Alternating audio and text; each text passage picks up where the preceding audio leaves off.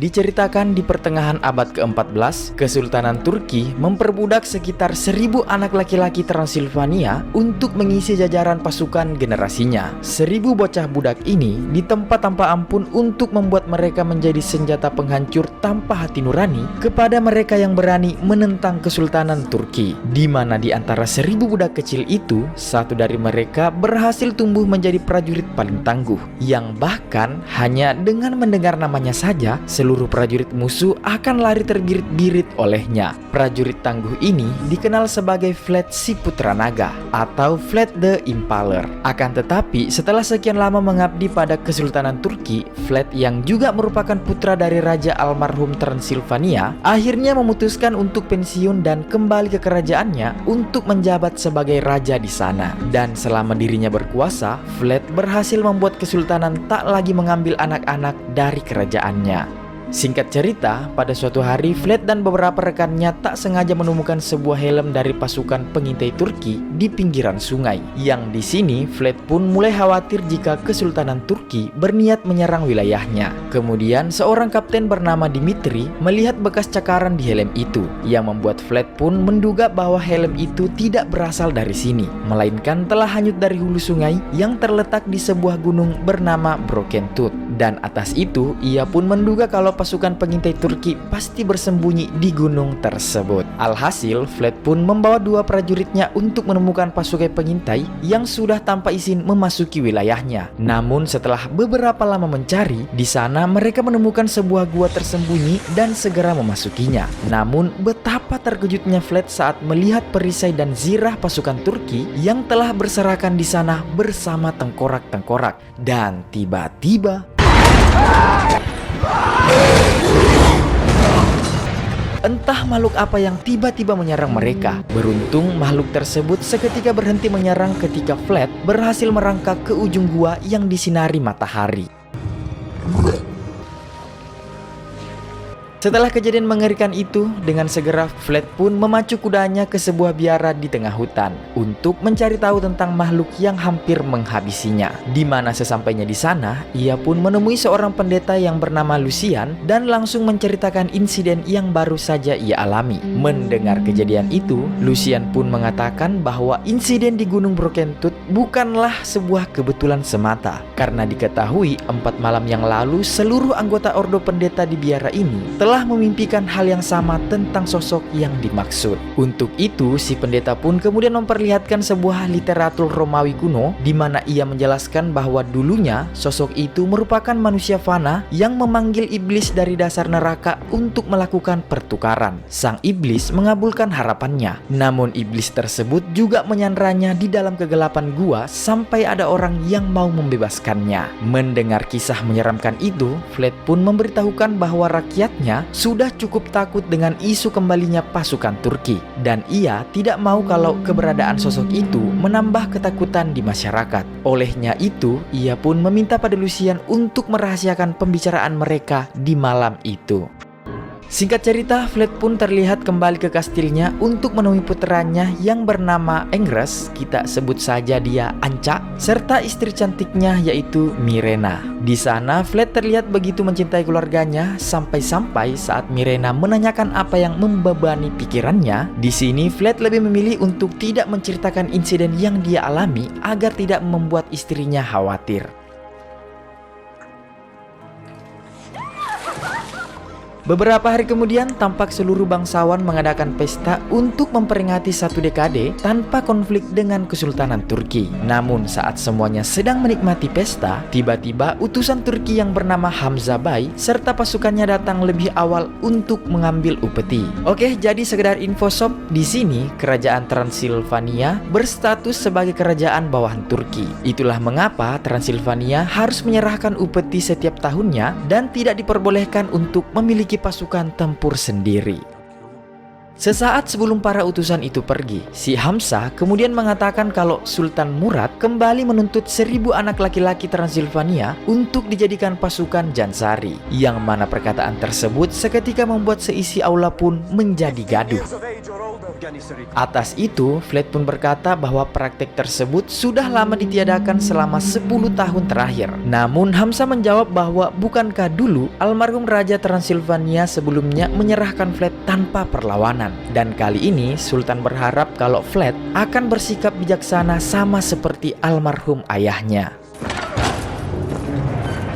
Setelah para utusan itu pergi, beberapa pejabat kerajaan yang ketakutan segera memperingatkan Flat untuk menuruti perintah sang sultan. Karena jika perang sampai berkecamuk, maka bisa dipastikan kalau kerajaan Transfilia yang kecil ini bisa dipastikan tak akan mampu menahan gempuran pasukan Turki. Malam harinya, Mirena yang takut jika putranya ikut diambil, berusaha meyakinkan suaminya untuk mencoba bernegosiasi dengan Sultan Murad. Sehingga keesokan harinya, Flat dan beberapa pengawalnya pun mendatangi kamp pasukan Turki untuk menemui Sultan Murad secara langsung. Di momen ini, Flat menawarkan dirinya untuk menggantikan 1000 anak laki-laki yang diminta oleh Murad. Akan tetapi, tentu saja Murad langsung menolak dan berkata kalau ia tak bisa menginvasi Hungaria hanya dengan 1 prajurit saja. Tak hanya itu, Sultan kemudian juga memaksa Flat agar menyerahkan putranya untuk membuktikan loyalitasnya, dan Transilvania akan berada di bawah pengawasan seorang jenderal bernama Ismail sampai Flat melaksanakan perintah tersebut.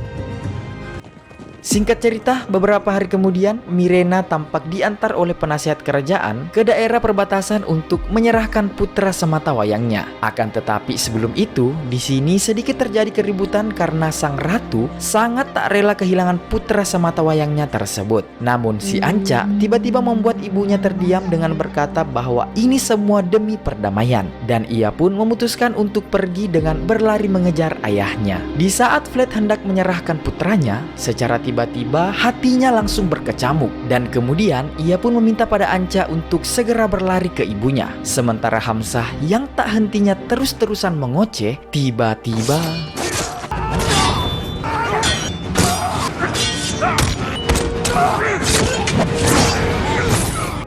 melihat aksi brutal dari rajanya itu, penasihat kerajaan pun seketika dibuat ketakutan karena hal ini menandakan kalau Flat telah membuka peperangan dengan pihak Turki. Untuk itu, Flat pun dengan segera menyuruh keluarganya agar secepatnya kembali ke kastil, sementara ia berjanji akan mencari jalan keluar atas permasalahan besar tersebut. Karena dirasa tak memiliki jalan lain, seketika Flat pun tiba-tiba terpikirkan dengan sosok menyeramkan yang ia temui beberapa hari lalu di Gunung Brokentut. Dan untuk itu, ia pun berinisiatif kembali ke gunung tersebut untuk melakukan tarekat.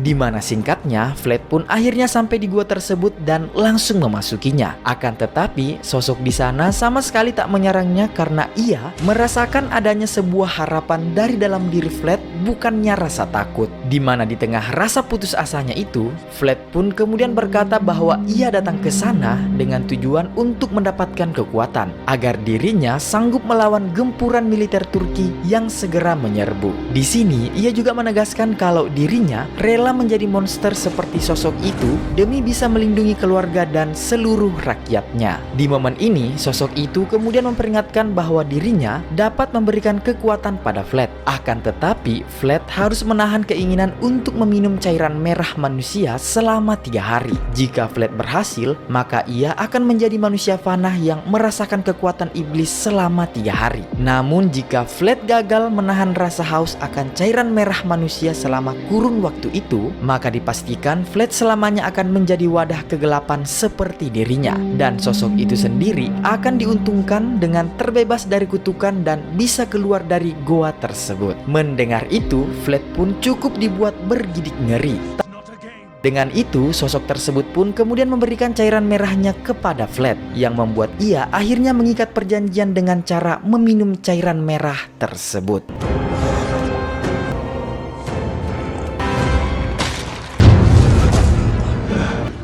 Singkat cerita, Flat akhirnya terbangun dan mendapati dirinya sudah berada di bantaran sungai. Di sana, ia melihat kulitnya yang terbakar akibat cincin perak yang ia gunakan. Olehnya itu, dengan segera ia pun melepaskan benda tersebut dan secara tak sengaja, batu yang ia tekan seketika remuk dengan begitu mudah. Nah, di momen ini, Flat pun mulai menyadari bahwa tak hanya kekuatannya saja yang bertambah, tapi seluruh kemampuan inderanya meningkat secara signifikan, di mana ia mampu merasakan semua gerakan makhluk di sekitarnya. Dan bahkan, Flat dapat melihat sesuatu yang jauh layaknya menggunakan sebuah alat mata yang begitu canggih. Menyadari kerajaannya kini dalam bahaya, Flat pun dengan segera berlari menuju kastilnya. Namun di tengah jalan, ia tak sengaja menggunakan kekuatan lainnya yang ternyata mampu menjelma menjadi segerombolan kelelawar kecil. Sementara itu, ribuan prajurit Turki di bawah pimpinan Jenderal Ismail ternyata telah berada tepat di depan kastil Transilvania dan langsung melancarkan serangan pertamanya. Singkat cerita, sesampainya Flat di sana, ia pun segera menenangkan semua orang yang berlindung di dalam kastil. Dan sebelum serangan itu memakan lebih banyak korban, Flat pun beralasan ingin keluar sendiri untuk melakukan negosiasi. Namun saat ia keluar, tanpa basa-basi, Flat pun langsung menggempur pasukan Turki seorang diri.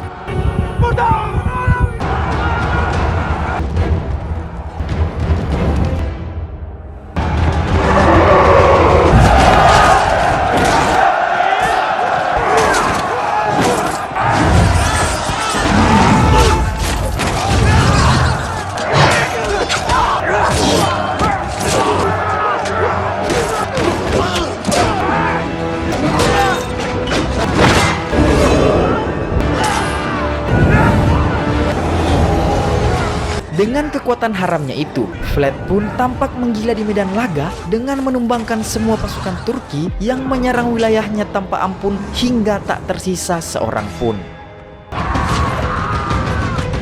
Ketika ia telah selesai dengan ribuan prajurit itu, tentu saja aksi mustahil ini membuat rakyat Transilvania tercengang. Namun si Flat dengan santainya hanya mengatakan jikalau negosiasi telah gagal dilakukan, serta meminta pada seluruh rakyatnya untuk mempercayainya dengan tidak mempertanyakan apa yang baru saja terjadi di malam itu. Tak membuang waktu lagi, Flat pun kemudian meminta sebagian rakyatnya agar pergi meninggalkan kastil untuk memancing pasukan Turki ke sebuah benteng sekaligus biara di atas pegunungan. Sedangkan sebagian besar rakyatnya lagi diminta untuk berpencar melarikan diri ke tempat yang aman. Singkat cerita, di tengah perjalanan panjang mereka menuju biara, rakyat Transilvania memutuskan untuk beristirahat di dalam hutan, di mana di saat semua orang tengah menikmati makan malam, di sanalah Flat mulai merasakan rasa yang amat haus terhadap cairan merah manusia. Yang dengan itu, ia pun memutuskan untuk menyendiri ke tengah hutan.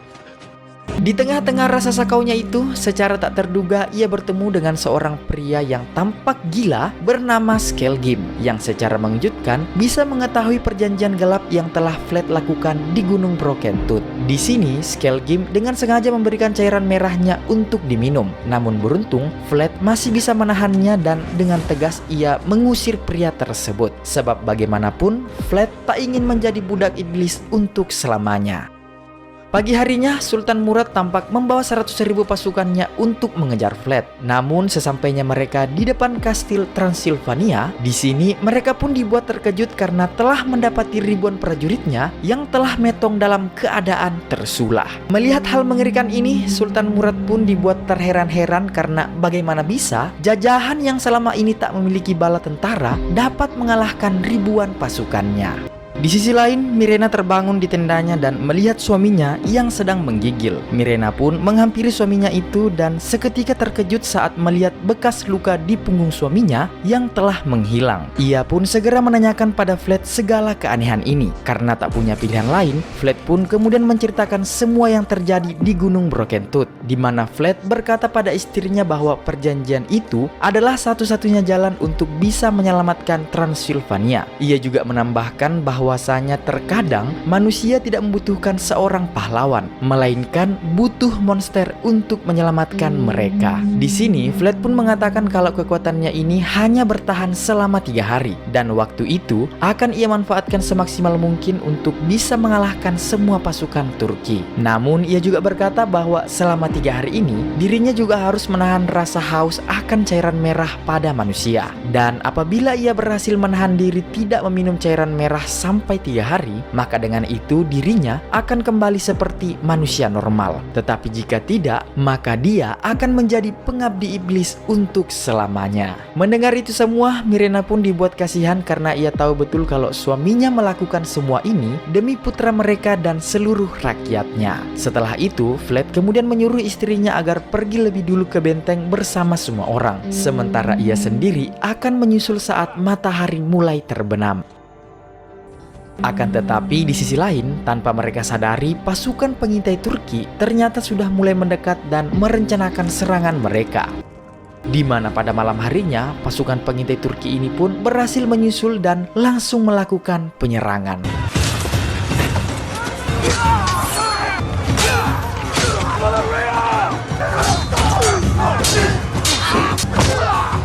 Di tengah-tengah kondisi terdesaknya itu, Vlad yang baru saja bisa keluar dari tendanya, akhirnya segera menyusul rombongannya dan langsung menghabisi prajurit musuh satu persatu.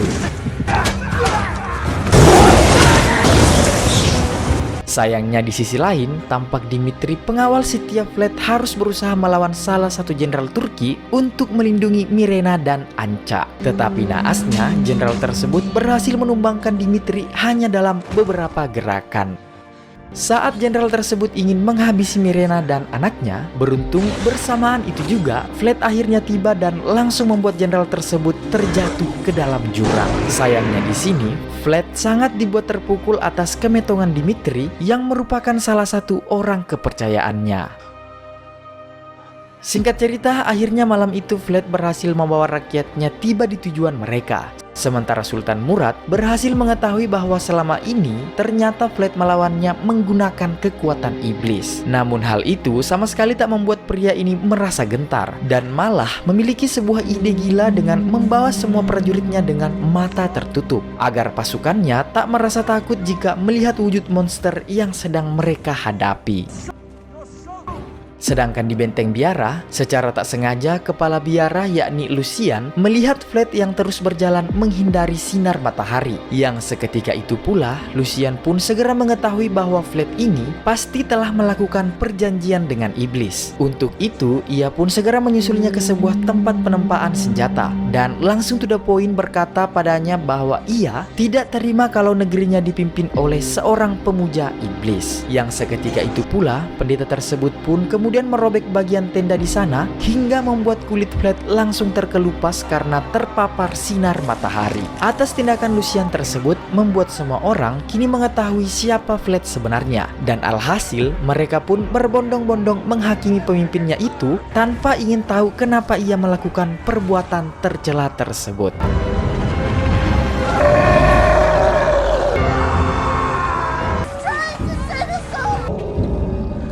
Hingga tiba-tiba gumpalan asap yang sangat pekat keluar dari bangunan kecil itu, di mana dalam kondisi kulit terbakar, Vlad pun keluar dari sana dengan luka-lukanya yang secara cepat sembuh dengan sendirinya. Melihat tindakan anarkis rakyatnya kepadanya, di sini Vlad merasa sangat marah karena rakyat yang selama ini ia lindungi malah berbalik ingin menghabisinya secara kejam. Tetapi untung saja Mirena segera mendekat dan langsung meredam amarah suaminya tersebut agar keadaan kembali kondusif. There is still more to fear. Singkat waktu, di saat fajar mulai menjelang, 100.000 pasukan Turki di bawah komando Sultan Murad mulai mendekati benteng. Di momen ini, Vlad sadar kalau dirinya harus bisa mengalahkan semua musuh sebelum matahari terbit, karena di saat itu kekuatannya akan menghilang, dan jika tidak, maka pasukan Turki akan membantai seluruh Transilvania. Saat itu, tak sengaja pandangan Vlad tiba-tiba tertuju pada kelelawar di Menara Lonceng, yang membuat dirinya seketika mulai terpikirkan sesuatu dan mencoba mengandalkan hewan tersebut, di mana tak butuh waktu lama. Berkat kekuatan yang ia miliki, ia pun segera mengumpulkan jutaan kelelawar dan langsung menyerbu pasukan Murad.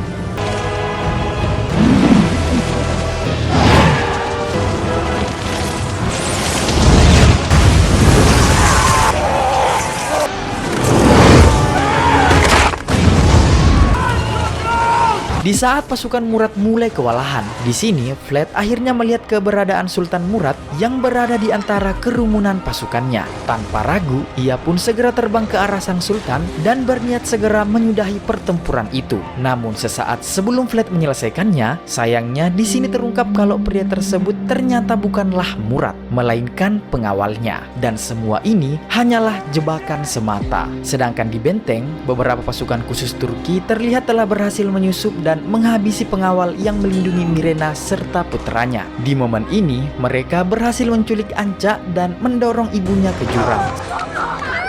Sementara dari kejauhan, Vlad yang melihat hal itu pun segera bergegas untuk menyelamatkan keluarganya dan langsung membuat prajurit di sana terjatuh. Namun sayangnya, di sini Vlad terlambat dan istrinya pun harus meluncur bebas ke dasar jurang. Vlad pun berusaha sekuat tenaga mengimbangi daya gravitasi untuk bisa meraih istrinya. Namun sayang, ia gagal sebab kekuatannya yang terus memudar dalam setiap detik menjelang fajar.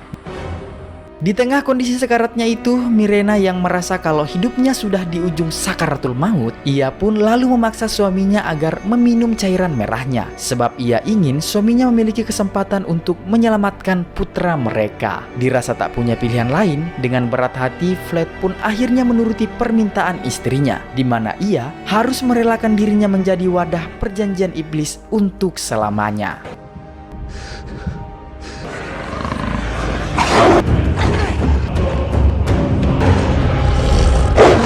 Bersamaan dengan itu, di Gunung Broken Tooth, sang master kini berubah menjadi manusia normal dan keluar dari gua yang selama ini telah membelenggunya. Singkat cerita, setelah tragedi pengorbanan istrinya, Vlad kemudian menemukan sisa-sisa rakyatnya yang sekarat akibat serangan prajurit Turki. Untuk itu, ia pun memberikan cairan merahnya dan menawarkan kesempatan bagi mereka untuk membalas dendam. Setelah itu, Vlad kemudian mengambil zirah perangnya yang selama ini telah ia museumkan dan kemudian berjanji di hadapan jasad istrinya bahwa ia akan merebut kembali putra mereka. Beberapa saat kemudian, tepatnya di tengah kamp pasukan Turki, para pasukan di sana seketika tampak mulai panik saat melihat awan hitam beserta kilat yang mulai menutupi matahari di siang bolong. Di mana bersamaan dengan itu, dari kejauhan, Vlad pun mulai terlihat berjalan ke arah mereka sambil mengenakan baju zirah yang merupakan simbol kekejamannya di masa lalu. Dengan panik, seluruh pasukan Turki pun segera berlarian mengambil senjata mereka untuk berperang. Namun, segerombolan rakyat Transilvania yang telah diubah oleh Vlad tiba-tiba berterbangan dari langit dan segera melancarkan serangan beringas mereka. Layaknya rombongan nyamuk kelaparan. Di sini, Vlad membiarkan orang-orangnya berpesta dengan menghisap cairan merah setiap pasukan Turki yang mereka dapati. Sementara Vlad sendiri langsung masuk ke dalam tenda Murad untuk mencari putranya. Akan tetapi, ternyata di sana sang sultan telah memenuhi tendanya dengan tumpukan koin perak yang otomatis akan melemahkan kekuatan si Vlad. Namun meskipun begitu, Vlad sama sekali tak gentar, di mana ia malah mengeluarkan pedangnya untuk langsung adu mekanik.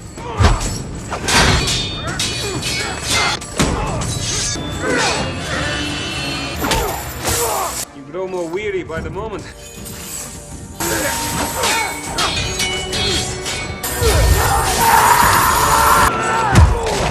Di momen ini, sang anak memohon pada Sultan Murad agar tak menghabisi ayahnya. Namun Murad malah memerintahkan bocah itu untuk menyaksikan secara langsung bagaimana ia akan menyelesaikan ayahnya di sana. Namun tiba-tiba, di saat itulah Vlad mengatakan bahwa ia bukan lagi dirinya yang dahulu, melainkan ia adalah sang Dracula, sang putra iblis. Setelah itu, dengan sadis, Vlad pun menghisap habis cairan merah sang sultan dan melemparkan tubuhnya.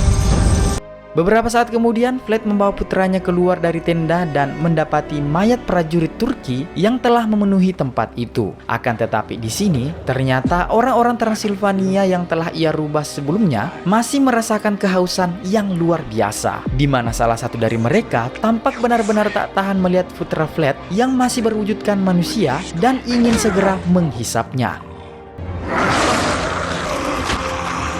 Dan untungnya di tengah-tengah kenapsuan mereka semua, di saat itu kepala biara Lucian tiba-tiba datang dengan membawa jimat suci yang menyilaukan para makhluk penghisap cairan ini. Di mana tak membuang waktu, Lucian pun segera meminta pada Vlad agar menyerahkan si Ancak kepadanya demi masa depan putranya. Meskipun Ancak menolak untuk meninggalkan ayahnya, tetapi Vlad terus meyakinkan putranya bahwa ia serta ibunya akan selalu ada untuknya dan menyayanginya. Hingga putranya pun akhirnya dibawa oleh Lucian. Yang setelah itu, tanpa ragu, Vlad pun kemudian segera membuka awan gelap di atasnya dan membiarkan sinar matahari membakar dirinya sendiri beserta semua orang yang telah ia rubah.